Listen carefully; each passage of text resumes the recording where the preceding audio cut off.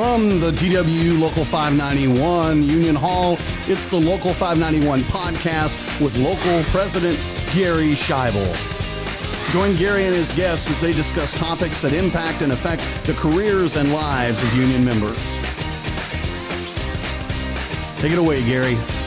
Well, welcome back to the TWU Local 591 podcast. My name is Gary Schaible, your local president. Today we're going to have a special podcast on the ASAP program, the ASAP being the Aviation Safety Action Program.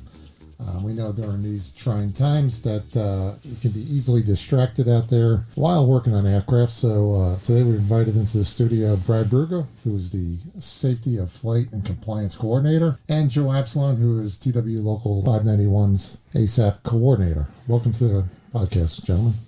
Great to be here. Thank you. So let's get started right away with what is ASAP? ASAP is the Aviation Safety Action Program and started for us in maintenance back in 1998.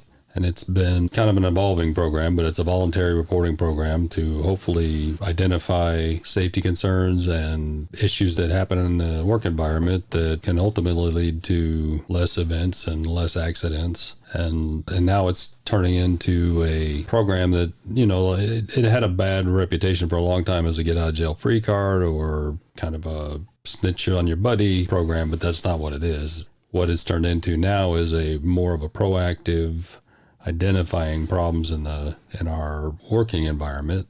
And the majority of our reports now are people telling us, hey, we see a problem. There's a procedure, there's a tool, there's some kind of training, there's a manual issue. And that's the majority of our reports now are those types of reports that identifies things that we never knew about that we can go have an opportunity to fix. And you mentioned the get out of jail free, and that's oftentimes I hear the get out of jail free perception, but this is truly about safety prevention.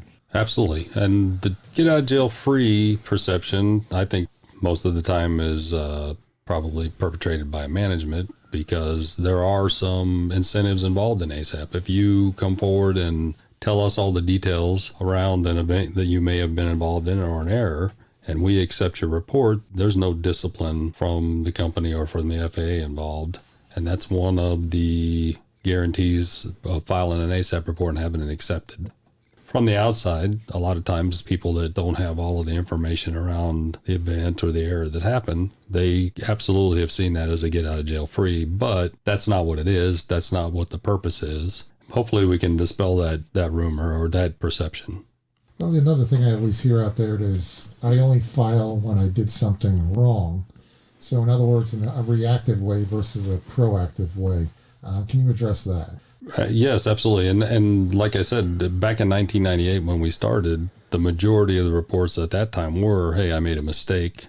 I'm going to file this report to gain the incentives and make sure nothing happens to me. And that's how it started. But now over time, as our members see, hey, I put a report in or I made the company or the ASAP ERC, the Event Review Committee, aware of something and they see it actually fixed and they see solutions to that, the more we've turned into a proactive, hey, I want to tell somebody there's a problem and I believe that it can be fixed.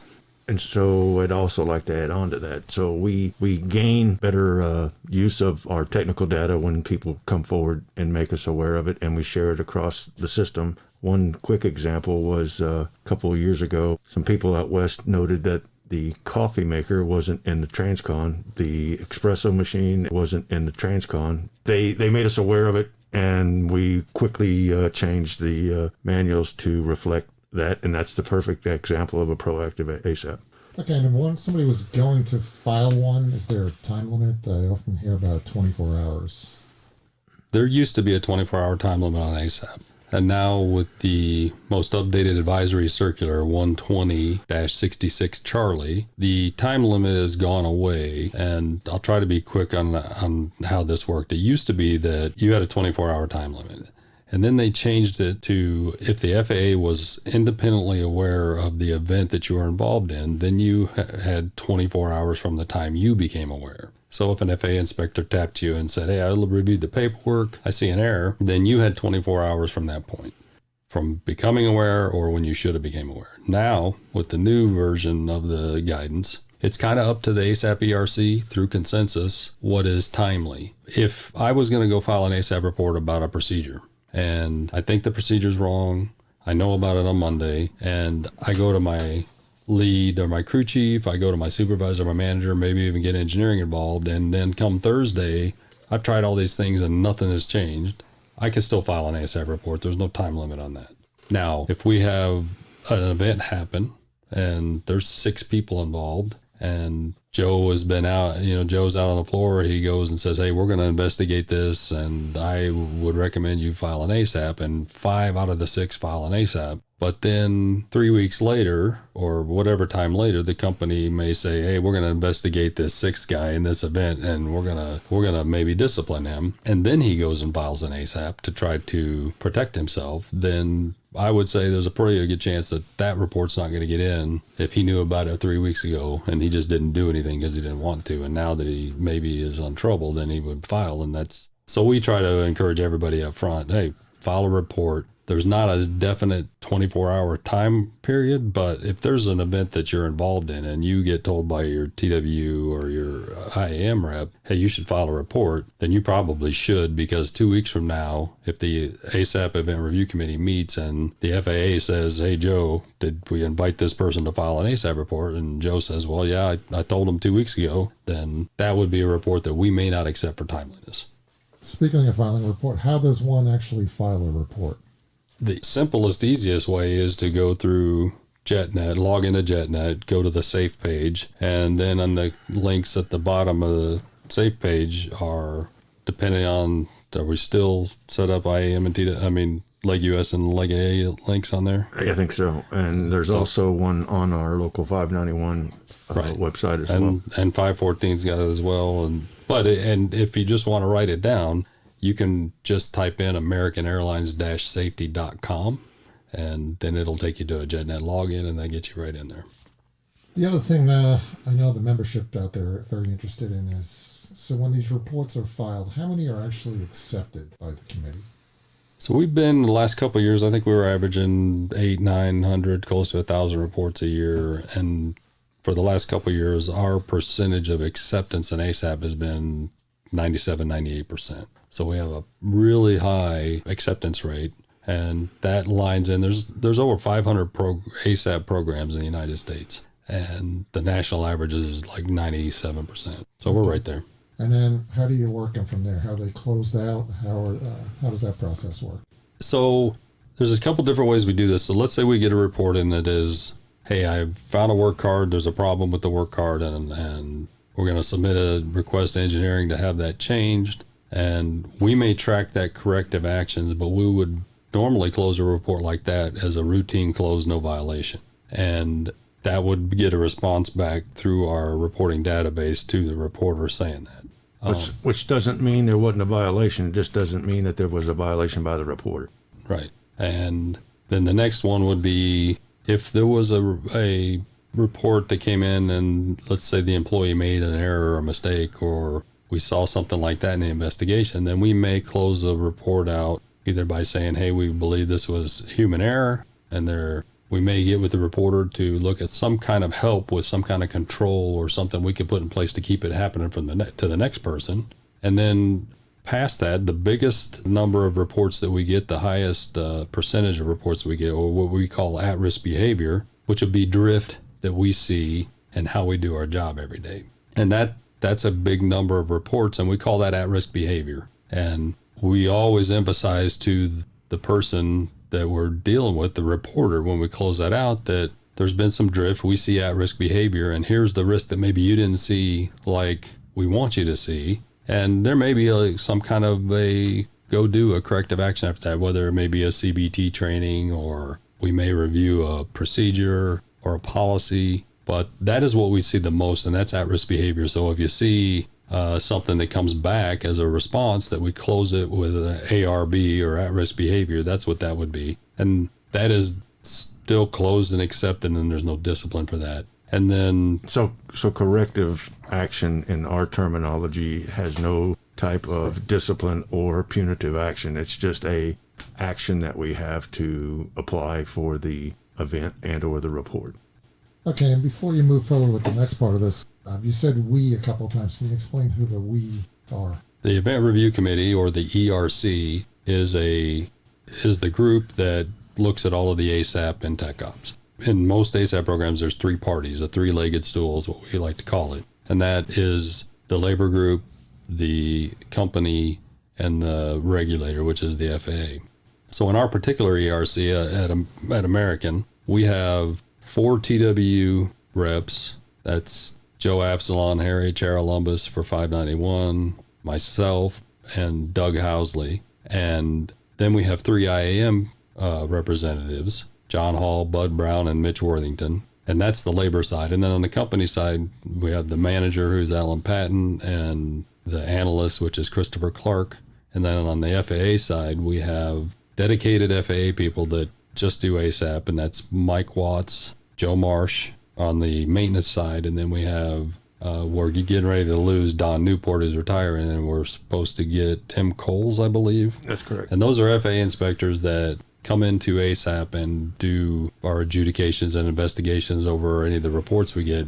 But it's important to keep in mind that just because the FAA is involved, nothing that we talk about inside of the ASAP Event Review Committee meetings or what they learn from reports can ever be used outside of our ASAP events. So when people maybe hear that the FAA is going to see your report, well, they're going to see your report, they're not going to see your name. And anything that they learn inside that room has to stay in the room. Now, if it's a criminal activity, that's a different story, and nothing stays in the room at that point. When the report comes in, the FAA, you're identified as AMT1 or CC1 or ISNP1 inspector, whatever your title is, you're 1, 2, 3, whatever amount of people are involved in that event. So that's all they ever know. And they wouldn't know you or me or the next guy if you were standing next to them tomorrow, unless you told. Or unless they find they were the reason why we got the report. Now that happens sometimes where they go find something and then they'll know who the person is because they were the one that found it, and they're going to ask you to see a copy of your AMP and all that. But even with that, anything that we learn in ASAP still stays within ASAP, and they don't get to use that outside of ASAP. So I interrupted you while you were speaking to at risk. Anything else I need to know about the process as far as closing your reports out? Sure. If we don't identify a human error at risk or a routine close because of a proactive report that there was no violation, then the only other kind of closure would be a report that is excluded. Now, it could be excluded either for timeliness, or it can be excluded for a reporter who puts in a report and doesn't complete the corrective action or the follow-up that the ASAP ERC agrees to, or rarely we have what we would call reckless behavior. And if we exclude a report from ASAP on reckless behavior, then that just means you don't gain the incentives from the program, the protection, and then it would just go back to whatever joint contract process there is for investigation that the company may do. I would like to add on to that, Brad, that, it's plausible that the FAA already knew about this if it was a reckless one or the one we were going to exclude, and they have the ability to find out through independent means and carry on a parallel investigation. Isn't that right? Correct. Yeah, they can do that, but they can't get any information from our investigation or the report the person put in. But typically, when we have some kind of event that's, got a lot of focus on it, and let's say the report did get excluded. Now, the ASAP information would never go out, but that would not stop the FAA from maybe knowing, hey, you know what, this happened in Dallas, and it was a 7/8, and it was on this day, and they can go do their own investigation after that. But they don't get any information that a person might put in their ASAP report. Okay, and speaking of investigation, a lot of times what we hear as reps is the word MIA or this other terminology called just policy. Can you speak to those? Sure. So in 2011, at Legacy American, we started a policy called the Just Policy. And without getting into too much detail, the Just Policy is basically an ASAP-like program outside of ASAP. And in that process, the company created a compliance group that does nothing but investigate under the Just Policy and in conjunction with ASAP all of these errors and events that we have. So if you hear the term MIA, that is a Maintenance Error Assessment Aid. That's derived from the Boeing MEDA process, and it's basically a human factors investigation. And Boeing, from their training, They call it out as a blame the system, not the employee type investigation. It looks at all the contributors and doesn't focus on, hey, what kind of evidence can we gain on this person who made an error or mistake. So the MIA is our way as an organization to investigate these events that happen. And under the just policy, the MIA is done and it uses the same standards to investigate something or an event that somebody was involved in as the ASAP process. And what we've done under the just policy is just simply tried to bring ASAP and our investigations all into one place, so we didn't have multiple investigations over the same event. Like when we actually used to have that, and that was one of the things that drove us to the just policy and the MIA investigations. And the MIA investigators, most of the time, if you file an ASAP report, you're going to be contacted by one of the union reps and a compliance specialist or a compliance manager, wherever you may be located, to do a MIA investigation that works hand in hand with ASAP. And then what ends up happening is the MIA investigator will do his or her investigation, put it all together, and they end up calling in to the ASAP ERC meetings, and then they report out what they found, and then we go through and adjudicate the corrective actions or whatever we find in that investigation. Okay, the other term I hear out there is the term NASA. Can you explain to the listeners what NASA is about? Yeah, absolutely. So a lot of times we'll get phone calls after a person's filed an ASAP report a month or two later, and they get an envelope at their house from NASA. And a lot of people don't know what that is. So automatically, when you file a report at American Airlines and Tech Ops, when you file an ASAP report, you automatically have a NASA ASRS report filed for you. And what you get is simply a receipt saying that went to them, and they're giving you a receipt for that. What that receipt does is it gives you what's called a waiver of sanction, so that in the unlikely event that your report ever went past ASAP, didn't get included into ASAP, and then the FAA may take action against you, that waiver of sanction is something that could be a benefit. And just an example of how it works. If you keep a copy of that, and we used to tell people to keep a copy of this NASA receipt just like you would your taxes, keep it for 3 or 4 years. And what that receipt can do is, let's say you got all the way and the FAA was trying to fine you or suspend your license and got to an administrative law judge, and they said, okay, we're going to suspend your license for 45 days. Maybe it started at 90 and the TWU lawyer got them down to 45 or 30, whatever it may be. Then you can hand that waiver of sanction over, and what that does is you may get a 30 or 45 day suspension that goes on your record, but you don't have to serve it. And also, if it was a $500 fine, let's say, if you present that waiver of sanction, that would keep you from having to pay that fine, but that would go on your record. So that's what the NASA is just ASRS, and I'm sure some people know that that's an aviation safety reporting system that NASA keeps, and you can go and do all kinds of queries on the database and look at all kinds of stuff, but it's also a reporting system. And for people in general aviation, let's say AMPs in general aviation, they don't have the ability for an ASAP program in most cases, but they can report into NASA, and that gives them a layer of protection as well. All right, so let me clarify something I said about the NASA receipt. The protections, the waiver of sanction, may help you if the FAA or the administrative law judge, wherever level that may be in the process, they have to accept it if it's not intentional. So you can't have anything like intentional falsification or something like that and them still be okay with accepting that waiver of sanction. Most of the times we see it accepted that we've dealt with since 2005, but some haven't been accepted in intentional acts. And so that person still ended up getting the suspension or the fine. Pretty rare, but it has happened. So I want to make sure I clarify that. Okay, and one other I hear a lot is about safety concerns. So what is the difference between safety concerns and ASAP?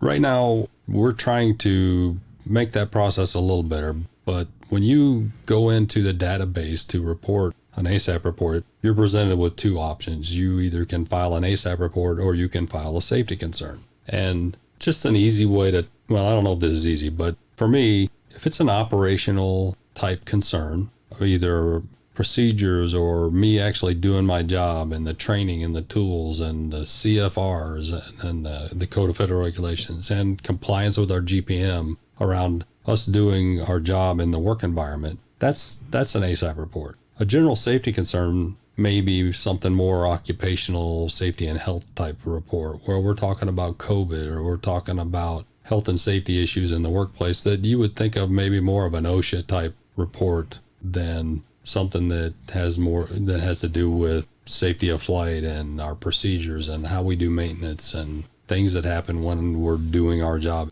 And we want all of those reports, and what we're trying to do is get it to a place where we can just tell every member, here's the place you go to file a report. Let us send it to the right place. But the key thing with that is that we want people to be fully aware if they're going to file an ASAP report into the ASAP program that is going to involve the FAA. So people need to realize where the report's going. So if you see ASAP and you see safety concern, those are two different kinds of reports. And the good rule is if you're not sure, just put an ASAP report in and know that when you put the ASAP report in that the FAA, they're not going to see your name, but they're going to see a copy of that report. So just know that when you file. But that's the difference between a safety concern and an ASAP report. And if it's not an ASAP report, we'll more than likely get in touch with you and make you aware of that as well. So one final question I have is, since the JCBA, has there been any changes to the program that we should be aware of? Yes. Back in 2017, the IAM had been struggling at Legacy Airways with their ASAP program. They had a lot of problems. The IAM had some very good reasons why it wasn't a benefit to their members. So they threatened to pull out of the program. But they had been working with us for a few years at Legacy American and the TWU side, and they saw the program that we had, and they wanted to come up to our level. And so they ultimately had enough problems where they talked to management and said, hey, we're backing out of this. So management put a letter together and an agreement with the IAM to say, until we get to the joint contract, we're going to bring the IAM Legacy US ASAP program up to what we had at the TWU with American. So they did that. And then we went into the joint contract. We negotiated everything that we were doing at American to stay the same going forward. And then when the joint contract was ratified, it brought our programs together, and starting on July 1st, everything went into place so that the IAM members at Legacy US now have the same exact thing with the Just Policy, the ME investigations, the ASAP, as we have always had since 2011 at American. So with that, and then with the joint contract, now every mechanic, inspector, anybody under the Tech Ops organization at American has the same level of program and protection that we've always had at American. Well, I definitely appreciate you both coming in the studio today, and I've learned a heck of a lot. Before we sign off here, is there any final words from either of you? I'd like to say that if people are interested in this and we can find a way to do this, maybe we do something a little more routine and we maybe just change and not focus on answering all the questions about the program and stuff, but maybe we try to answer specific questions people may have. And also going forward, maybe talking about things that we're seeing out in the trends that we see out in the system to make people more aware of what is actually happening in the ASAP program, what we're dealing with and seeing the most. And, Gary, I know you're as busy as the rest of them, but I don't know that it's not a bad idea if we could find some way to maybe have some place for people to send in questions other than just to call us and or text us. That might be a good idea. I'm not sure. That's a great idea, and we'll make it happen. On that note, I want to thank everybody for joining us on this important topic. As I said earlier, I definitely learned a lot, and appreciate Brad and Joe for coming in today. I definitely encourage all the members to use this program, especially in the proactive way, so we can prevent accidents or any serious issues from happening. So we'll be back soon with another podcast. Just a reminder to everyone, especially during these trying times, do whatever you can do to stay safe. And I thank you.